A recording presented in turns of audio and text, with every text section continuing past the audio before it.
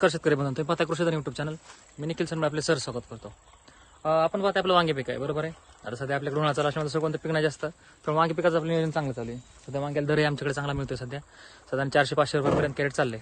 म्हणून सध्या वांग्याचं नियोजन चांगल्या रीतीने आपण करतोय, बरोबर आहे. तर वांग्या पिकामध्ये येणारी सगळ्यात मोठी समस्या म्हणजे आपल्याला फळ फोकरणं अळी, बरोबर आहे. मग त्या अळीसाठी आपण औषध पाहणार आहे. दुसरी समस्या ते आपल्या उन्हामुळे फुलगळ होते, तर त्यासाठी आपण फवारणी करणार आहे. तर वांग्यामध्ये जास्त अळी नाही, आपली 1-2% अळी फक्त. मी समजा 10 किलो वांगे तोडले तर 4-5 वांगे त्यामध्ये किडके निघतात. 10 कॅरेट मागे आपल्याला 1 किलो 2 किलो वांगे जास्त किडके. जास्त प्रादुर्भाव अजिबात नाही आपल्या वांग्यामध्ये. रिझल्ट चांगला आहे. इथून पुढे यापूर्वी पण आपण ज्या फवारणी गेल्यात त्याचा रिझल्ट चांगला आलाय. तर मग आपण सध्या काय करतो, म्हणजे आता जे थोडंफार किडकं होते तर किडकं अजिबात होऊन द्यायचं नाही आपल्याला. का तर आपलं नुकसान होऊन द्यायचं नाही कशाला द्वारासाठी.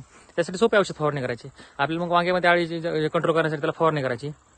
सोबत फुलभार चांगला हवा, मादीकडे संख्या वाढावी, प्लस आपल्याला झाडाला चांगली काळोखी यावी, फुटवा व्हावं, यासाठी आपण फवारणी करणार आहे. मग वाढ विकास चांगला होण्यासाठी आपण काय करायचं, तर म्हणजे अळी कंट्रोल करण्यासाठी आपल्याला फवारण्यासाठी काय करायचं, सुरुवातीला इमॅक्टिन बेंझोएट घ्यायचं साधारणपणे 20 लिटर पाण्यासाठी 10 ग्रॅम.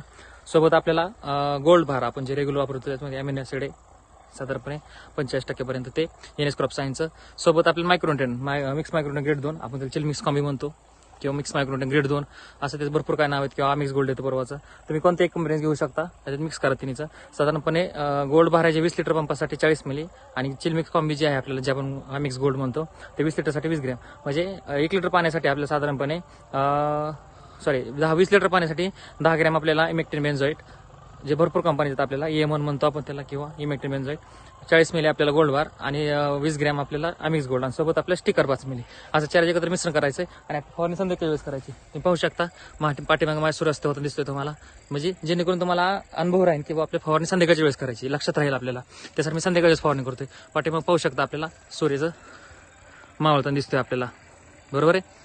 तर संध्याकाळीच फवारणी करा. अजून जितका अंधारपर्यंत फवारणी करायची तो तुम्हाला बेटर रिझल्ट येईल. कारण की जे पतिंग असतो आपल्याला अळी किडी करण्यासाठी अंडी घालणार पतिंग, तो संध्याकाळी येतो. ते नॉक्टर्नल हायब्रिड असतो, म्हणजे संध्याकाळी बाहेर निघतो फक्त तो, संध्याकाळी 7च्या वेळेस, 7 नंतरच आपल्याला.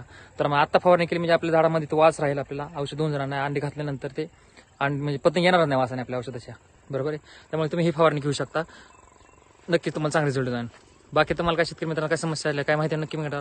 व्हिडिओ आवडल्यास व्हिडिओ लाईक करा, शेअर करा, आपल्या चॅनल सबस्क्राईब करा. धन्यवाद.